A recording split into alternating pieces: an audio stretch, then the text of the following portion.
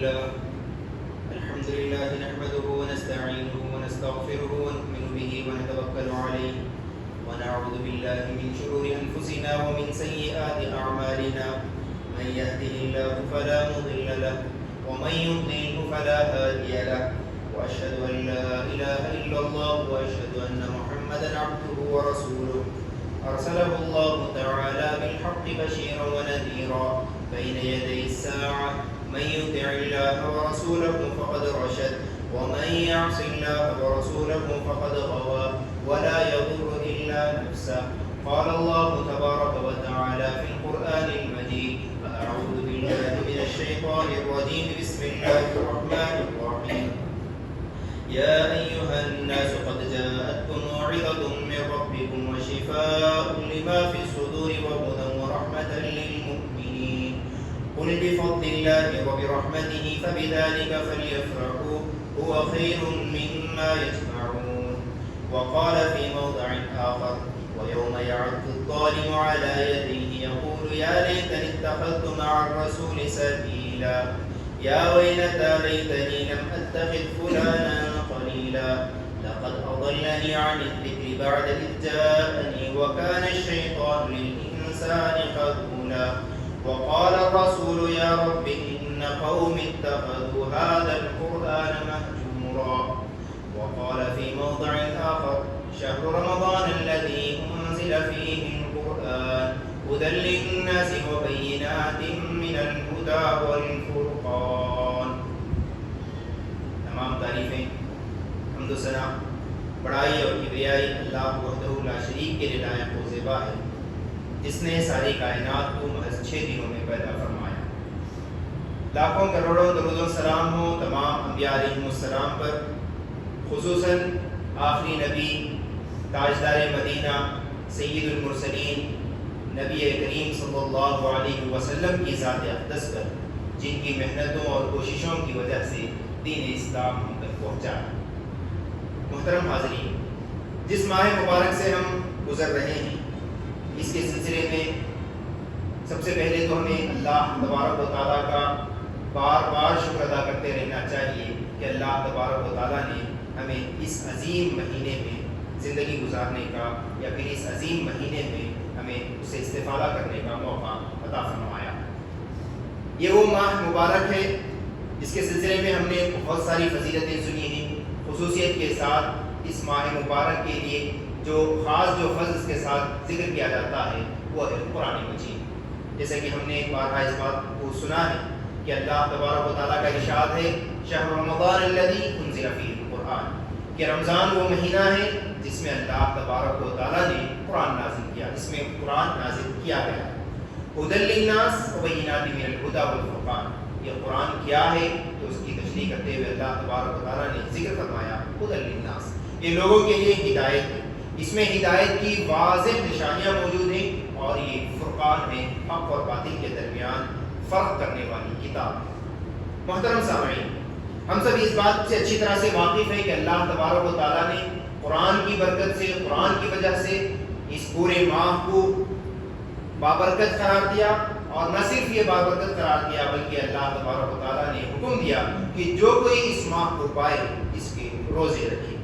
آئیے اب ہم اس کی جو فضیلت ہے، اس ماہ کی جو فضیلت کی وجہ ہے قرآن مجید، اس کے سلسلے میں انشاءاللہ میں کچھ اہم باتیں آپ کے سامنے ذکر کروں گا. سب سے پہلی چیز یہ ہے کہ میں نے خطبہ مسنونہ کے بعد آپ کے سامنے ایک اہم آیت کی تلاوت کی. اللہ تبارک و تعالیٰ اس میں قرآن مجید کا تذکرہ کرتے ہوئے فرماتے ہیں یا ایھا الناس قد جاءتکم موعظۃ من ربکم وشفاء لما فی الصدور، کہ اے لوگو تمہارے پاس تمہارے رب کی جانب سے ایک نصیحت آ چکی ہے. وشفاء لما فی الصدور، اور دلوں کی بیماریوں، دلوں میں جو کچھ ہے اس کے لیے اس میں شفا ہے. وَهُدًى وَرَحْمَةً لِلْمُؤْمِنِينَ، اور اس میں ہدایت ہے اور مؤمنین کے لیے رحمت ہے. اے نبی صلی اللہ علیہ وسلم آپ کہہ دیجئے بفضل اللہ وبرحمتہ، یہ خاص اللہ کے فضل اور اللہ کے رحمت کی وجہ سے ہے. وَبِذَلِكَ فَلْيَفْرَحُوا هُوَ خَيْرٌ مِّمَّا يَجْمَعُونَ، حقیقت یہ ہے کہ تم اس کی وجہ سے تم خوشی مناؤ، یہ وہ بہترین چیز ہے جو تم جمع کرتے ہو. یا تو تم چیزیں مختلف چیزیں جمع کرتے ہو، ان جمع کرنے والی چیزوں میں اگر کوئی چیز تمہیں جمع کرنی چاہیے تو یہ قرآن مجید ہے، اسے زیادہ سے زیادہ حاصل کرو۔ آپ نے ان دونوں آیتوں میں اور قرآن مجید کا جہاں جہاں بھی اللہ تبارک و تعالیٰ نے تذکرہ کیا ہے، مختلف جگہوں پر آپ اس چیز کو پائیں گے کہ اللہ تبارک و تعالیٰ نے قرآن مجید کی خاص صفت ہدایت بتائی ہے، کہ اللہ تبارک و تعالیٰ نے یہ کتاب جو تمہیں دی ہے یہ ہدایت کے لیے عطا کی ہے، اس میں رہنمائی ہے، یہ ہدایت ہے، یہ ہدایت اللہ تبارک و تعالیٰ ہمیں دینا چاہتا ہے۔ ایسا نہیں ہے کہ یہ کوئی ایسی کتاب ہو کہ جسے صرف پڑھ لینے سے صرف جو ہے ایسے ہی نازل کر دیا گیا ہے، مقدس طور پر ہمیں چون کر کے اسے رکھ دیں، بلکہ اس کے سلسلے میں جو اہم بات بتائی گئی کہ یہ ہدایت ہے۔ جیسے کہ اللہ تبارک و تعالیٰ نے قرآن مجید کے آغاز ہی میں بتایا کہ الف لام میم ذالک الکتاب لا ریب فیہ ھدی للمتقین، کہ یہ وہ کتاب ہے جس میں ذرا سا بھی شک کی گنجائش نہیں ہے، ذرا سا بھی شک نہیں ہے، ھدی للمتقین،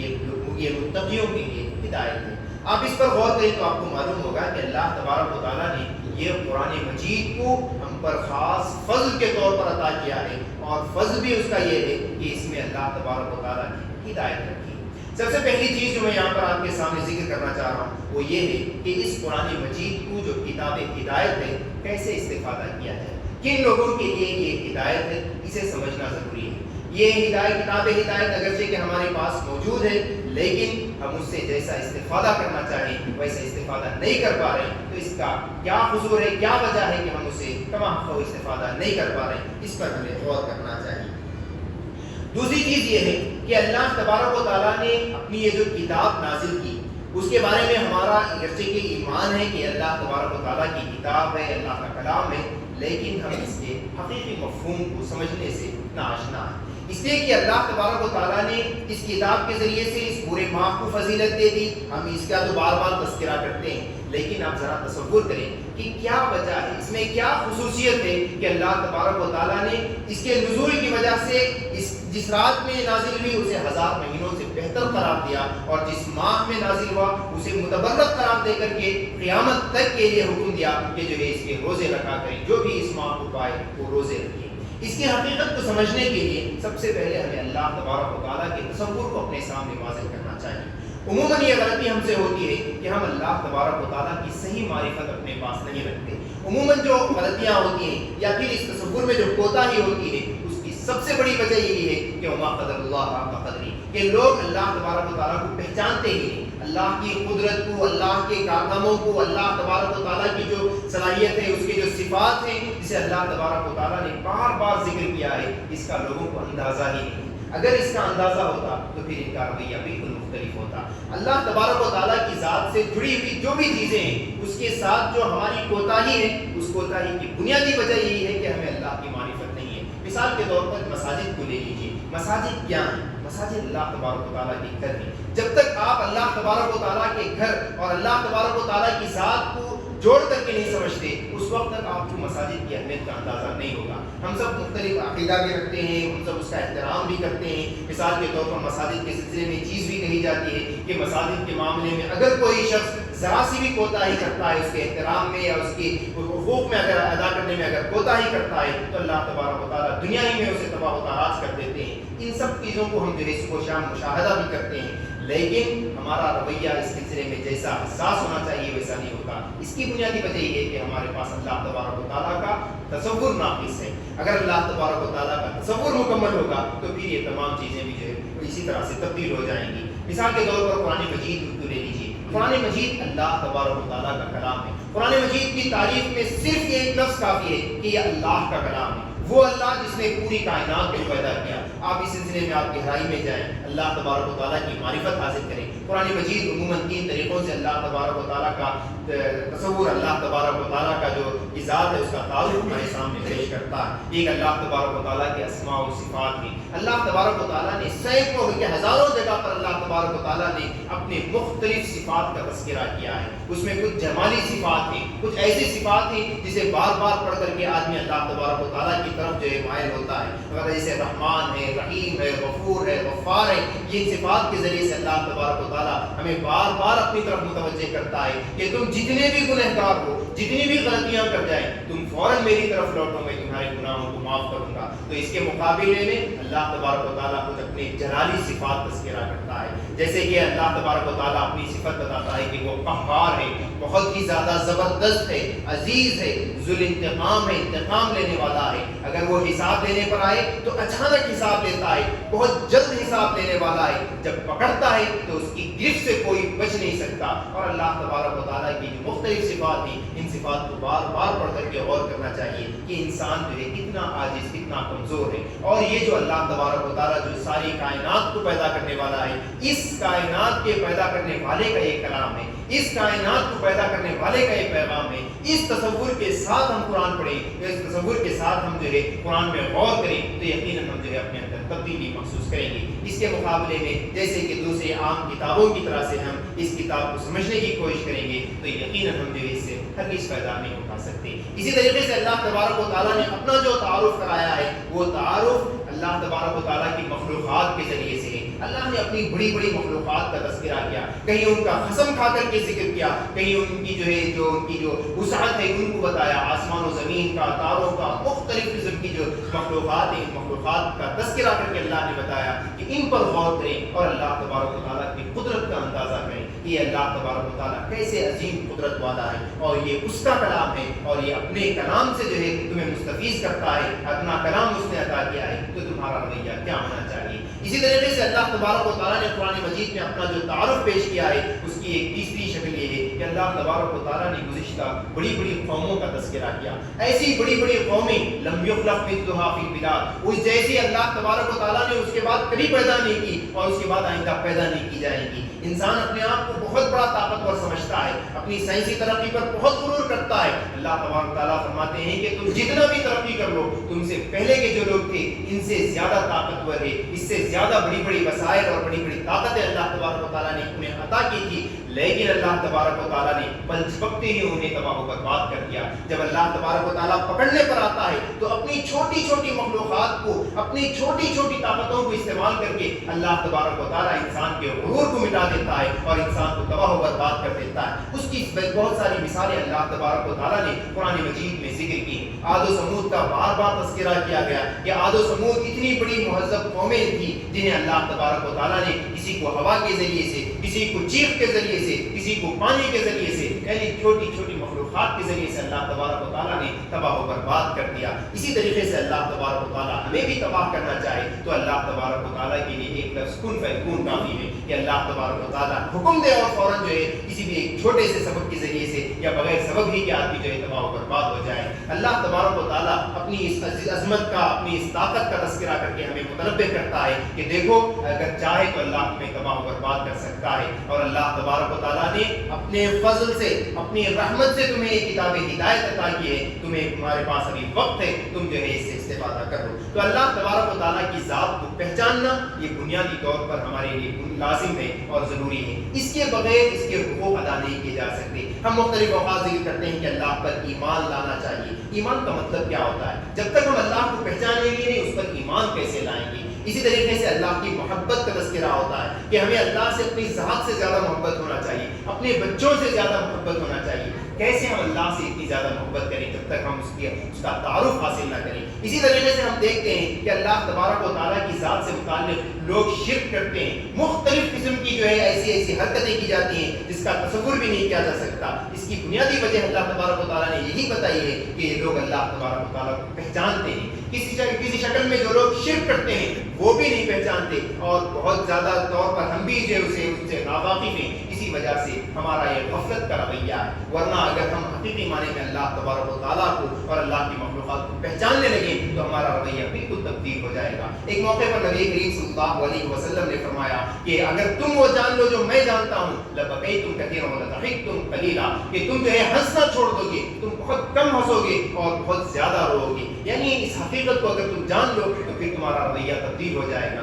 پوری رات کھڑے ہو کر کے نبی کریم صلی اللہ علیہ وسلم کی عبادتیں کرتے ہیں, اور دن میں پورا دن جو ہے اللہ تبارک و تعالیٰ کی طرف بلاتے ہوئے آپ کا گزر جاتا ہے. یعنی آپ صلی اللہ علیہ وسلم کا سب سے گویا کہ کم وقت اگر کسی میں گزرتا تو وہ اپنے جسم کو راحت دینے کے سلسلے سلسلے میں گزرتا تھا، حتیٰ کہ اللہ تبارک و تعالیٰ نے خود نبی کریم صلی اللہ علیہ وسلم کو بارہا تسلی دی کہ اپنے آپ کو ہلاک نہ کر لیں۔ یہ کیوں تھا؟ یہ اس وجہ سے تھا کہ اللہ تبارک و تعالیٰ کو پہچانتے تھے۔ آج ہم غفلت میں مبتلا ہیں، تھوڑی بہت عبادت کو بہت بڑا سمجھتے ہیں، اپنے تھوڑے بہت کام کو اگر بہت بڑا کام سمجھتے ہیں، اپنی تھوڑی بہت عبادتوں کو ہم یہ سمجھتے ہیں کہ یہ بہت زیادہ کافی ہیں، تو حقیقت یہ ہے کہ ہم خود اپنے آپ کو دھوکہ دے رہے ہیں۔ اسی وجہ سے دنیا کے سامان وغیرہ کو اللہ تبارک و تعالیٰ نے ایک سے زائد جگہ پر متاع الغرور کہا کہ یہ دھوکے کا سامان ہے، یہ لہو و لعب ہے، یہ تمہیں غفلت میں مبتلا کرنے والی چیزیں ہیں۔ اگر اس کے پیچھے پڑے رہو گے تو پھر جو ہے تم اپنے آپ کو تباہ و برباد کر لو گے۔ الغرض بتانے کا مقصد یہ ہے کہ اللہ تبارک و تعالیٰ نے اس ماہ مبارک میں ہمیں قرآن سے استفادہ کرنے کا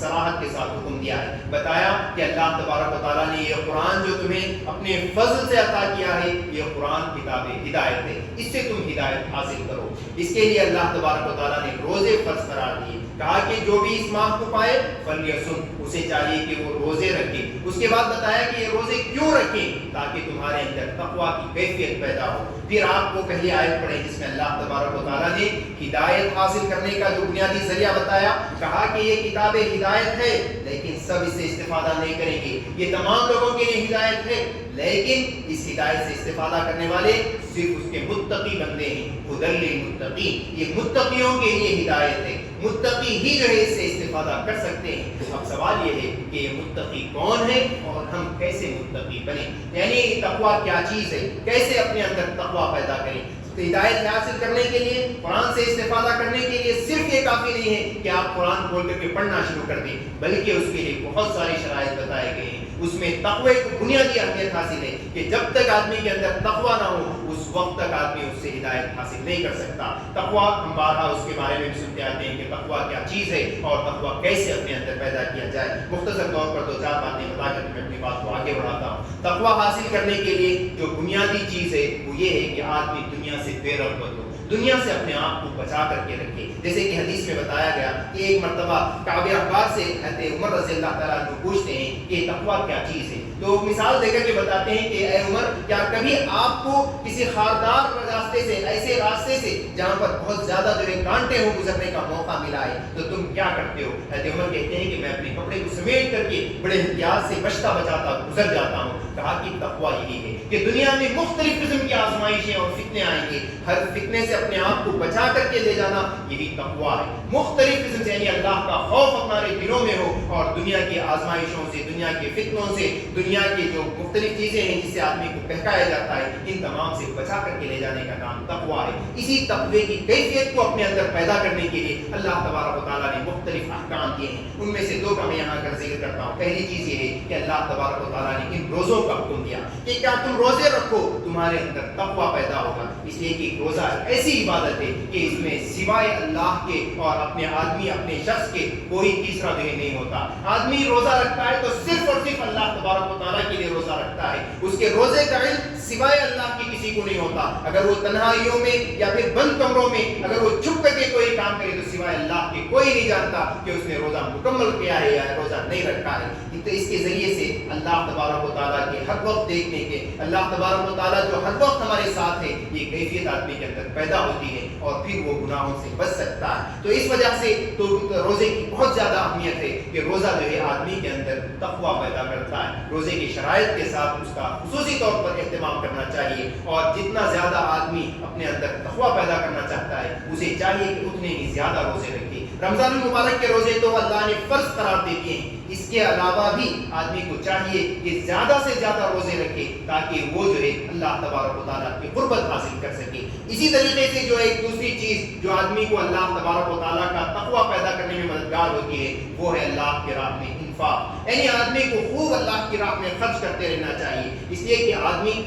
مال کی محبت آدمی کے فطرت میں رکھی گئی ہے، ہر شخص کے اندر مال کی محبت ہوتی ہے، لیکن اس محبت کے باوجود اگر آدمی اللہ تبارک و تعالیٰ کے راہ میں خرچ کرتا ہے تو یقیناً وہ اللہ تبارک و تعالیٰ پر ایمان رکھتا ہے۔ اور اگر ایک شخص اگر اپنے مال کو اٹھا کر کے رکھتا ہے تو اس کا مطلب یہ ہے کہ اس کے دل میں یا تو نفاق ہے یا اللہ تبارک و تعالیٰ کے وعدوں پر اسے یقین نہیں ہے۔ اللہ تبارک و تعالیٰ نے انفاق کے سلسلے میں صراحت کے ساتھ وعدے کیے ہیں کہ کوئی بھی شخص اگر خرچ کرتا ہے تو اس کا مال اللہ تبارک و تعالیٰ کے پاس محفوظ ہو جاتا ہے. نہ صرف یہ کہ محفوظ ہو جاتا ہے بلکہ اللہ تبارک و تعالیٰ اس کے مال کو مسلسل بڑھاتے رہتے ہیں. کون وہ شخص ہوگا جو اپنے مال کو جو ہے بڑھانا پسند نہیں کرے گا یا پھر اپنے مال کو تباہ و برباد کرنا چاہے گا؟ ہر شخص چاہتا ہے کہ اس کا مال محفوظ ہو، اس کا مال جو ہے بڑھے، اس کا مال بہت زیادہ بڑھے، اور اللہ تبارک و تعالیٰ ایک ایسے موقع پر جب اسے سخت ضرورت ہو اس کا مال اس کے لیے لوٹائے. اللہ نے اس کے وعدے کیے ہیں، اس وعدے پر بھروسہ کر کے آدمی خرچ کرتا ہے تو یہ اس کے تقوی کی علامت اور اس کے ایمان کی دلیل ہوتی ہے. اسی لیے بتایا گیا ہے کہ کثرت سے انفاق کریں.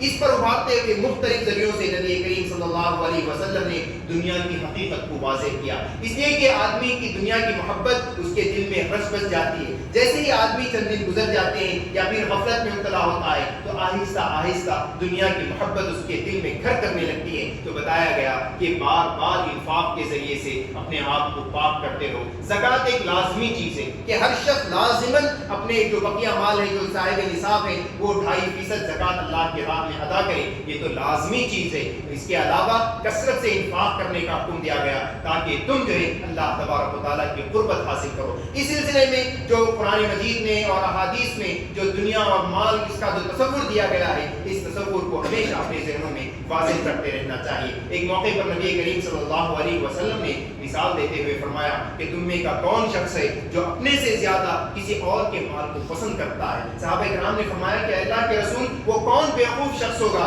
جو اپنے مال سے زیادہ کسی اور کے مال کو پسند کرے گا؟ تو نبی کریم صلی اللہ علیہ وسلم نے اس کے بعد بتایا کہ تمہارا مال وہی ہے جو تم نے کھایا یا پہنا اور پرانا کر دیا، اور یا پھر جو ہے تم نے اٹھا کر کے آخرت کے لیے رکھا ہے. اس کے علاوہ تمہارا جو کچھ بھی مال ہے جسے تم اپنا مال سمجھتے ہو وہ تمہارا مال نہیں ہے، وہ کسی اور کا ہو جانے والا ہے. جیسے ہی تمہاری زندگی ختم ہوئی وہ تمہارا مال نہیں رہا، اور جو کچھ تمہارے پاس مال ہے وہ نہ کل تمہارے پاس تھا نہ آنے والے کل تمہارے پاس رہے گا، بلکہ یہ کسی اور کا ہو جانے والا مال ہے. آدمی کو چاہیے کہ اپنے مال کی سے محبت کرے. اپنا مال کا مطلب یہ ہے کہ جو اس نے اللہ تبارک و تعالیٰ کے پاس جمع کر رکھا ہے وہی اس کا حقیقی اور اپنا مال ہے. تو یہ دو طریقے ہیں جن پر ہم زیادہ سے زیادہ عمل کر کے اللہ تبارک و تعالیٰ کے قرب حاصل کر سکتے ہیں، اللہ کا تقرب حاصل کر سکتے ہیں اور اپنے دلوں میں تقویٰ پیدا کر سکتے ہیں. اس کے علاوہ بھی بہت ساری عبادتیں ہیں جن کا مقصد اللہ تبارک و تعالیٰ نے تقویٰ بتایا، جیسے کہ ذکر و اذکار ہے، اس کے علاوہ نماز ہے اور بہت ساری عبادتیں ہیں. ان تمام کا مقصد بھی جو ہے اللہ تبارک و تعالیٰ نے تقویٰ قرار دیا ہے.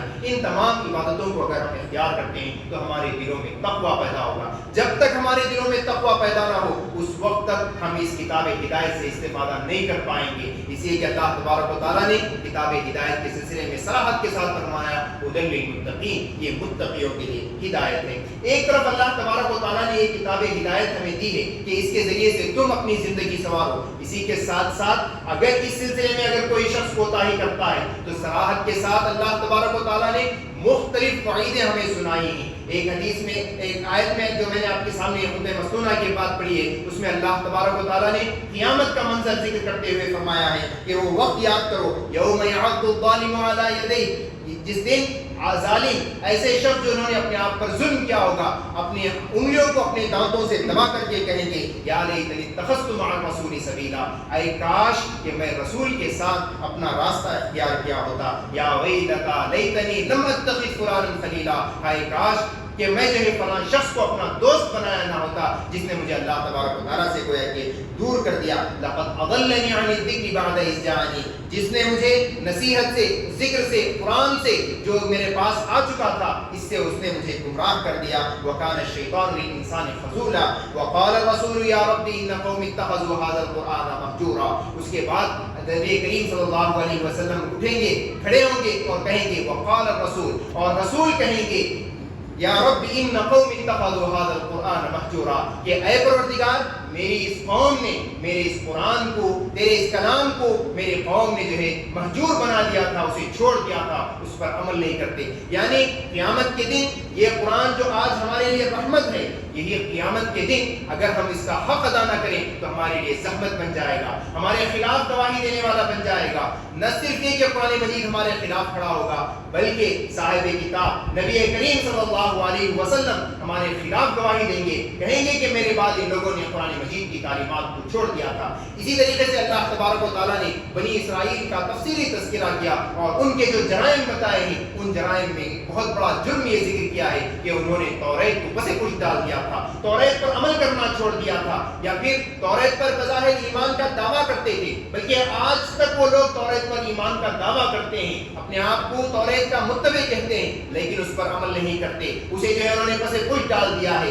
جس کی وجہ سے اللہ تبارک و تعالیٰ نے ان پر ذلت اور مسکنت مسلط کر دی۔ یہی حال امت مسلمہ کے لیے بھی ہو سکتا ہے کہ اگر ہم نے بھی اس قرآن مجید پر ایمان کے دعوے کیے لیکن اس پر عمل نہیں کیا تو یقیناً وہی روش ہمارے ساتھ بھی اختیار کی جائے گی، جو وہی عذاب ہمیں بھی دیا جائے گا جو عذاب ہم سے پہلی والے قوموں کو دیا گیا ہے۔ قرآن مجید میں بنی اسرائیل کا تذکرہ کرتے ہوئے ان کے جرائم میں سے ایک جرم کا ذکر کرتے ہوئے کہا افتؤمنون ببعض الکتاب وتکفرون ببعض، کہ تم بعض کتاب پر ایمان لاتے ہو اور بعض کا انکار کرتے ہو۔ یہ بنی اسرائیل کی تاریخ آپ پڑھتے جائیے تو آپ کو معلوم ہوگا کہ انہوں نے کبھی انکار نہیں کیا، انہوں نے کبھی جس معنی میں ہم سے انکار سمجھتے ہیں اس معنی میں انہوں نے انکار اور کفر نہیں کیا، بلکہ ان کا طریقہ کار یہ تھا کہ وہ جس چیز پر عمل کرتے جو انہیں پسند آتی، جو انہیں اچھی لگتی اس چیز پر عمل کرتے، اور جو انہیں تکلیف پہنچانے والی یا مشکل چیزیں ہوتی یا ان کے لیے ناپسند چیزیں ہوتی تو وہ ان کو چھوڑ دیا کرتے تھے۔ کہا گیا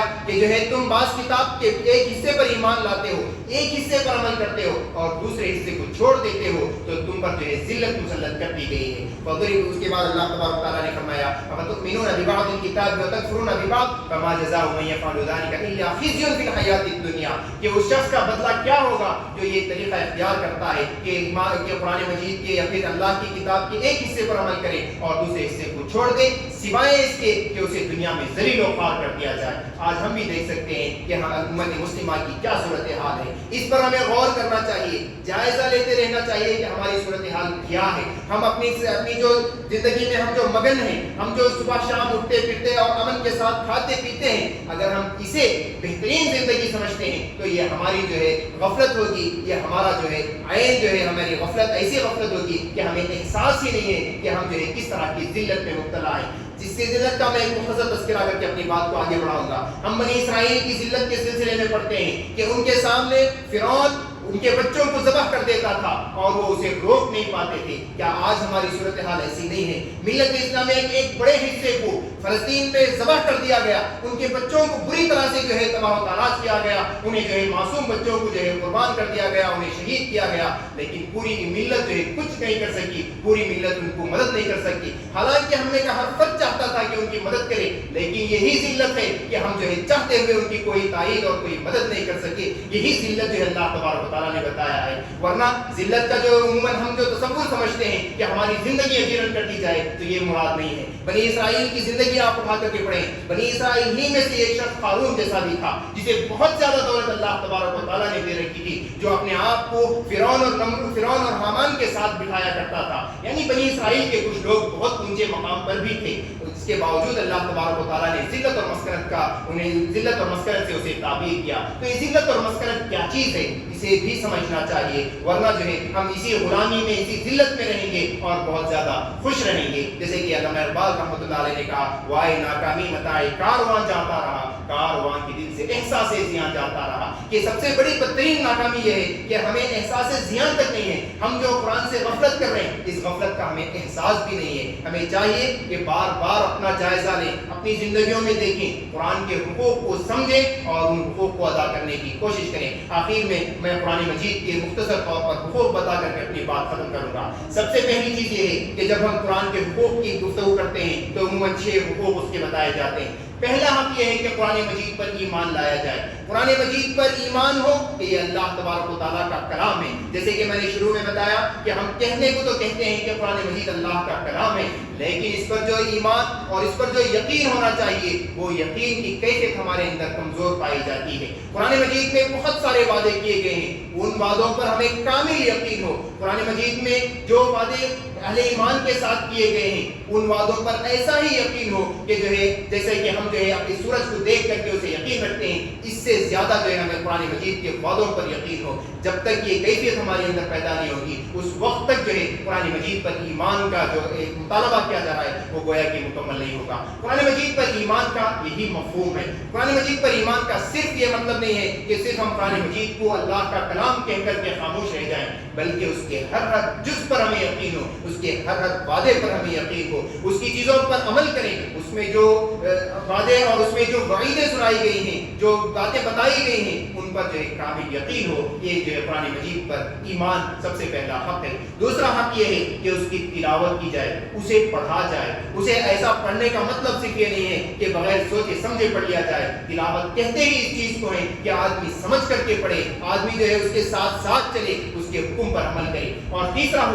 جو قرآن مجید کا حق بتایا گیا ہے وہ یہ ہے کہ قرآن مجید کی ان آیتوں پر غور و فکر کریں، انہیں تدبر کریں، اس پر سوچیں، جیسے کہ اللہ تبارک و تعالیٰ نے کئی جگہوں پر اپنی مخلوقات کا ذکر کرنے کے بعد فرمایا وَيَتَفَكَّرُونَ فِي خَلْقِ السَّمَاوَاتِ وَالْأَرْضِ رَبَّنَا مَا خَلَقْتَ هَذَا بَاطِلًا۔ یہ اہل ایمان ایسے ہیں جو آسمان و زمین کی مخلوقات پر غور کرتے ہیں اور اس کے بعد ان کی زبان سے نکلتا ہے ربنا ما خلقت هذا باطلا وقنا عذاب النار، کہ پروردگارا تو اس میں باطل اور ان میں جو ہے بے مصرف تو نے انہیں پیدا نہیں کیا، وقنا عذاب النار، اور ہمیں آگ کے عذاب سے بچا۔ غور و فکر کا مطلب یہ ہے کہ آدمی تنہائی میں بیٹھے اللہ کی نشانیوں پر غور کرے، اللہ کی آیتوں پر غور کرے، اللہ نے جو واقعات بتائے ہیں ان واقعات پر غور کرے اور اپنے آپ پر منتبہ کرنے کی کوشش کرے، اپنی زندگی پر غور کرے اور اس سے جو ہے نصیحت حاصل کرنے کی کوشش کرے۔ اور چوتھی چیز یہ ہے کہ اس پر عمل کرے، ایک ایک حکم جو چھوٹے سے چھوٹا حکم بھی ہو اس پر بھی آدمی کو عمل کرنے کی کوشش کرنا چاہیے۔ ایک چیز تو یہ ہے کہ ہم شریعت پر عمل کریں، یقیناً لازمی چیز ہے، اس میں اگر کوئی بھی کوتاہی ہوتی ہے تو سخت گرفت ہوتی ہے۔ اس کے علاوہ عمل کا مطلب یہ ہے کہ اس میں چھوٹی سی چھوٹی بات بھی بتائی گئی ہو تو فوراً اس پر عمل کرنے کی کوشش کرے۔ مثال کے طور پر میں نے ابھی انفاق کے سلسلے میں بتایا، جیسے ہی انفاق کی کوئی آیت پڑھے آدمی کو چاہیے کہ فوراً جا کر کے اللہ کے راہ میں انفاق کرے۔ ایسے ہی استغفار کا حکم ہے، توبہ کا حکم ہے، اللہ کی طرف رجوع کرنے کا حکم ہے۔ جب کبھی ہم ان آیتوں پر گزریں فوراً رجوع کریں، فوراً توبہ کریں، فوراً اپنی غفلت سے باز آئیں، اپنے آپ کو تکبر سے پاک کرنے کی کوشش کریں، اس لیے کہ تمام برائیوں کی جڑ تکبر ہے اور تکبر اللہ تبارک و تعالیٰ کو ناپسند ہے۔ جگہ جگہ پر اللہ تبارک و تعالیٰ نے تکبر کا بھیانک انجام ذکر کیا ہے۔ جیسے ہی ہم ان آیتوں پر گزریں فوراً اپنی جائزہ لیں، اپنے آپ کو محسوس کریں کہ ہمارے اندر کیسے کیسے قسم کے تکبر پائے جاتے ہیں اور اس پر استغفار کریں اور اس کی جو ہے اس سے جو ہے اپنے آپ کو بچانے کی کوشش کریں۔ اس کے بعد قرآن مجید کا ایک اور حق ہے، وہ حق یہ ہے کہ اسے نافذ کرنے کی کوشش کریں۔ ایک چیز ہے عمل ہے کہ آدمی اس پر عمل کرے، دوسرا ہے اسے نافذ کرنا، اسے اپنی ذات پر، اپنے معاشرے پر اور جتنی اسے اللہ تبارک و تعالیٰ نے استطاعت اور قدرت دی ہے ان تمام پر اسے نافذ کرنے کی کوشش کرے۔ اور اس کا آخری حق یہ ہے کہ اس کی طرف لوگوں کو دعوت دے۔ قرآن مجید ہمارے پاس ایک پیغام ہے، ایک امانت ہے۔ اللہ تبارک و تعالیٰ نے یہ کلام ہماری آزمائش کے لیے ہمیں امانت کے طور پر عطا کیا ہے۔ جہاں ہم اس پر ایمان رکھتے ہیں اور اس پر عمل کرتے ہیں وہیں ہم پر لازم ہے کہ ان لوگوں تک اس کلام کو پہنچائیں جن تک یہ کلام نہیں پہنچا ہے، یا جن تک یہ پہنچا بھی ہے اور اس پر عمل نہیں کر رہے ہوں ان کو جو ہے اس پر عمل کرنے کی طرف ابھاریں۔ یہ ہمارا بنیادی حق ہے۔ اگر ہم اسے چھپاتے ہیں یا پھر جو ہے ہم اگر غیر شعوری طور پر اس جرم میں مبتلا ہوتے ہیں کہ اس قرآن کو صرف اپنے پاس رکھ لیے اور صرف اپنے حد تک محدود کر لیا تو اس پر بھی اللہ تبارک و تعالیٰ نے سخت عذاب کی وعیدیں سنائی ہیں۔ بنی اسرائیل کا میں نے آپ کے سامنے تذکرہ کیا، بنی اسرائیل کو اللہ تبارک و تعالیٰ نے تباہ و برباد کیا تو اس کی وجوہات میں ایک وجہ یہ بھی بتائی کہ وہ اللہ تبارک و تعالیٰ کے کلام کو، اللہ تبارک و تعالیٰ کے احکام کو وہ چھپایا کرتے تھے یا پھر اسے بیچا کرتے تھے، اسے اپنے مفادات کے لیے استعمال کرتے، لوگوں کی پہنچ سے دور رکھا کرتے تھے۔ ایسے بدترین اعمال سے ہمیں اپنے آپ کو بچانا چاہیے۔ اس کا ایک آخری حق یہ ہے کہ ہم جو ہے اسے ان لوگوں تک پہنچائیں جن لوگوں تک یہ قرآن مجید نہیں پہنچائے، خواہ وہ برادران وطن میں ہو یا خود مسلمانوں میں ہو۔ ہم اسے اس سلسلے میں پوری جد و جہد کریں اور پوری کوشش کریں۔ الغرض یہ رمضان المبارک کا مہینہ یہ قرآن کا مہینہ ہے۔ یہ قرآن کا مہینہ کا مطلب صرف اسے پڑھنے کی حد تک نہیں ہے یا پھر اس پر غور و فکر کرنے کی حد تک نہیں ہے، بلکہ جیسے کہ میں نے اس کے حقوق بتائے اس کی طرف دعوت دینا اور اسے نافذ کرنے کی کوشش کرنا، یہ بھی اس رمضان المبارک کا ایک اہم ترین کام ہونا چاہیے۔ نبی کریم صلی اللہ علیہ وسلم کی سیرت اٹھا کر کے دیکھیے، آپ صلی اللہ علیہ وسلم اس رمضان المبارک میں جتنی زیادہ عبادتیں کرتے ہیں اس کے ساتھ ساتھ آپ صلی اللہ علیہ وسلم نے اس نظام کو قائم کرنے میں کسی قسم کی کوتاہی نہیں کی۔ آپ کی راتیں ایسی گزرتی تھی کہ پوری رات کھڑے ہو کر کے نبی کریم صلی اللہ علیہ وسلم عبادت کرتے ہیں اور نماز اور قرآن پڑھتے ہیں، لیکن جب دن کا موقع آتا ہے تو آپ کی جو ذمہ داری تھی لوگوں تک اس کلام کو پہنچانا اور اس کے احکام کو نافذ کرنا، اس سلسلے میں آپ نے انتھک کوشش کی۔ حتیٰ کہ آپ دیکھ سکتے ہیں کہ جنگ بدر بھی اسی رمضان مبارک میں ہوتی ہے، فتح مکہ بھی اسی رمضان مبارک میں ہوتا ہے۔ آپ صلی اللہ علیہ وسلم نے رمضان کے کے بہانے سے فتح مکہ کو ٹالا نہیں، فتح مکہ کو مؤخر نہیں کیا، بلکہ اس لیے کہ وہ بھی ایک اہم ترین کام ہے۔ اس قرآن کے جو ذمہ داریاں ہیں، اس قرآن کا جو مقصد ہے، وہ مقصد یہ ہے کہ اس کو پڑھا بھی جائے، سمجھا بھی جائے، عمل بھی کیا جائے اور نافذ کرنے کی بھی کوشش کی جائے۔ تو یہ تمام کام ہمارے کرنے کے ہیں اور وقت انجام دینے کے ہیں، ان تمام پر ہمیں مسلسل کوشش کرتے رہنی چاہیے۔ انہی باتوں پر میں اپنی بات کو ختم کرتے ہوئے اللہ تعالیٰ سے دعا کرتا ہوں کہ اللہ تبارک و تعالیٰ ہمیں قرآن مجید کے حقوق کو سمجھنے اور اسے ادا کرنے کی توفیق عطا فرمائے۔ آمین۔ بارک اللہ لنا ولکم فی القرآن العظیم ونفعنا وإياكم بالآیات والذکر الحکیم، انہ تعالی جواد کریم ملک بر رؤوف رحیم ورب حلیم۔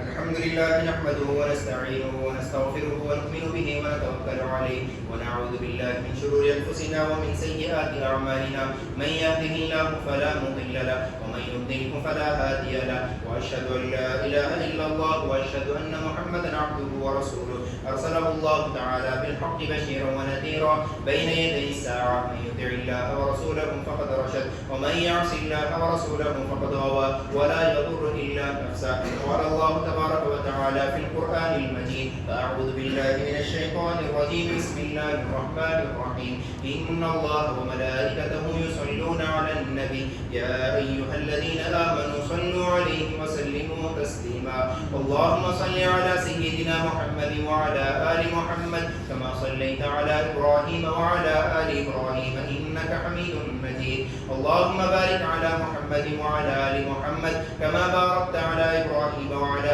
آل إبراهيم إنك حميد مجيد، وعلى سائر الصحابة والتابعين رضوان الله تعالى عليهم أجمعين، الله في أصحابي لا تتخذوهم غرضا من بعدي، ومن أحبهم فبحبي أحبهم ومن أبغضهم فببغضي أبغضهم، وخير القرون قرني ثم الذين يلونهم ثم الذين يلونهم، عباد الله رحمني ورحمكم الله، إن الله يأمر بالعدل والإحسان وإيتاء ذي القربى وينهى عن الفحشاء والمنكر والبغي، يعظكم لعلكم تذكرون، اذكروا الله يذكركم وادعوه يستجب لكم، ولذكر الله تعالى أعلى وأولى وأعز وجل وأكبر، والله يعلم ما تصنعون.